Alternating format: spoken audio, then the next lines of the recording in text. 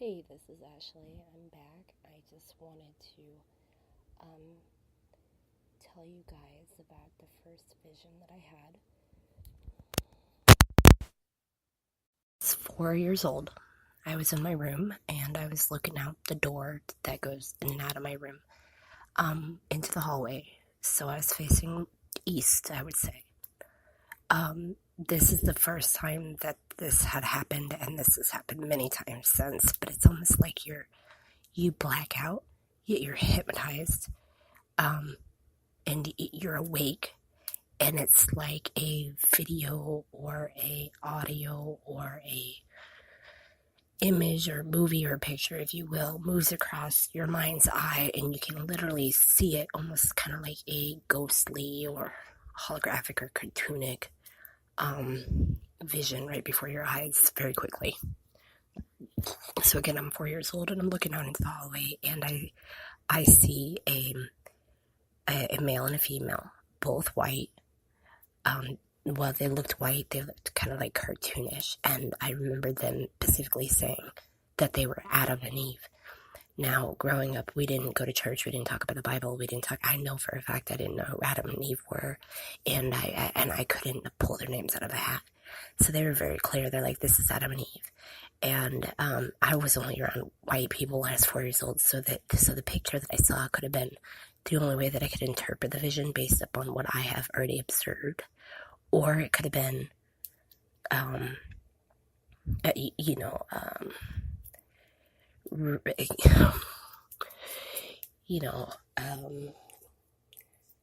don't want to go there, but anyways, this Adam and Eve were sitting by each other, and they were looking north, or they were on the right side of the screen, facing left, if you would. They had plants or vines or greenage or whatever, hiding their like boot nipple area and private part area, but where the waist began, a ghost tail started. So almost like looked like a sperm tail or a ghost tail, if you will.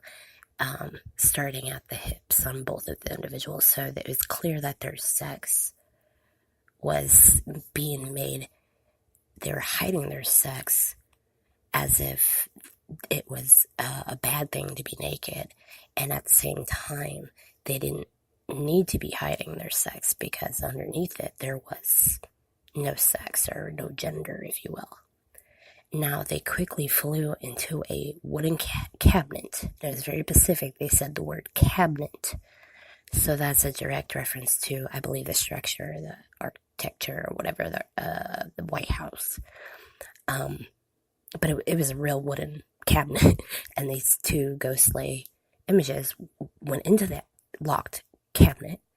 They kind of slammed the door and they locked it. And they told me, on the outside of this cabinet is a dark heaviness of fear, bad makes it uncomfortable, dense, if you will. And they made it known that they were not going to come out of that cabinet until that fear or that cloud, if you will, was completely removed. It was completely safe. It was completely open or pure or whatever, and then they could come out of the box. They could just go through the door, they could go through the wood, if you will, but the heavy thickness, the fear, this cloud surrounding this box that was outside could not go into the box. Even if it had a lock and key, it could not go into the box. So they were safe, but they were just sitting there like, oh my God, we could be sitting here for millennium because we have to wait till this thing is completely gone. And that was the end of my vision. Around this time is when I started kind of, I want to say being abducted, if you will, because I would literally wake up and I would be kind of have the feeling that I just floated and I'd be in a completely different area than I had fallen asleep, like as I was moved. or I floated to this area, and I would also wake up in complete fear, and there'd be nothing in my room, but I could feel this presence, and it would push on my chest, and I couldn't scream, I couldn't talk, I couldn't move, I couldn't do anything, and it would last a couple of minutes, and then it would release me. It's almost like I came back to my body before, or my body woke up before I came back into my body, if you will, or if I had something evil sitting on my chest. So even though it felt very dark and I was very afraid, I honestly believe that it was just abduction of my fellow light workers, if you will, ascended masters, aliens, angels, whatever. I also wanted to make note that God explained, he told me, he's like, you're the Virgin Mary yourself. And I'm like, how can that be? He's like, you know, when you were 4 years old, you were molested. You have a hymen or a cherry or whatever. Now it's been popped. It's been removed. It's been, punctured, if you will.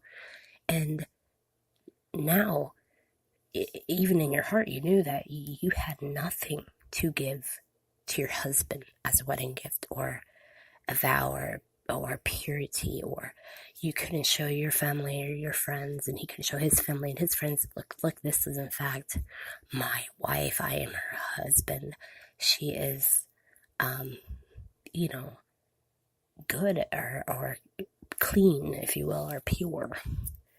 So what that did was, it casted me out. It made me literally a castaway. I'm junk now. I'm no good. I'm a fucking, I'm probably a whore.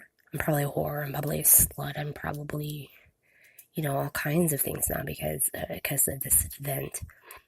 And that was very true, because of course all this stuff played out in my head. And by the time I was 8 years old, I said, you know what? God, you're the only man that I trust and that I love, because you've drawn very close to me, and I'm going to marry you. You're going to be my husband.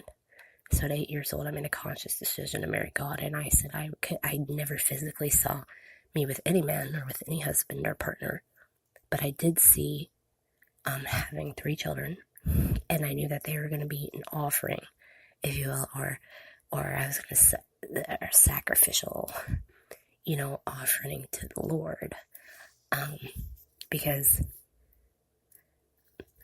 I didn't believe that he could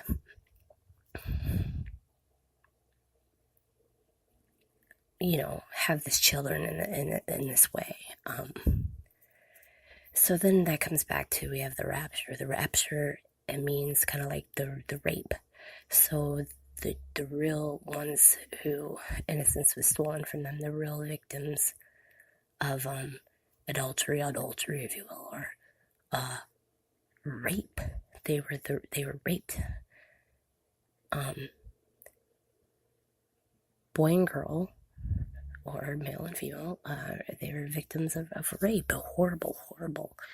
And these men that think they're getting away with it are not only exposed, but they are cut off. I trust and believe if they have not repented at this time, or in this time frame, they are cut off. They are removed, they are burned, they are not no more, because that's why he's back right now. And this is it, no pun intended. So we also know that rapture has to do with music.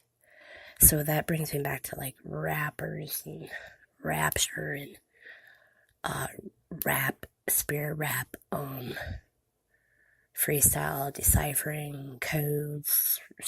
All of this stuff is literally, they're putting out a vehicle, if you will, that those can come to it and find rest. They can be raptured, they could be, they're the bride of Christ.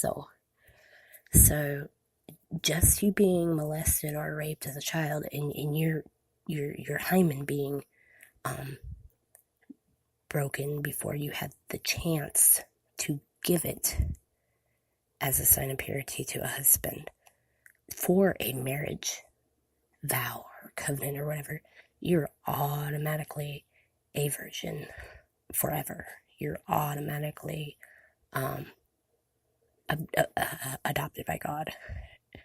You're no longer an orphan, if that makes sense. So you're very, very, very close to God. And this, he draws to these rape victims very close. It's almost like the hymen creates kind of like on an echo chamber.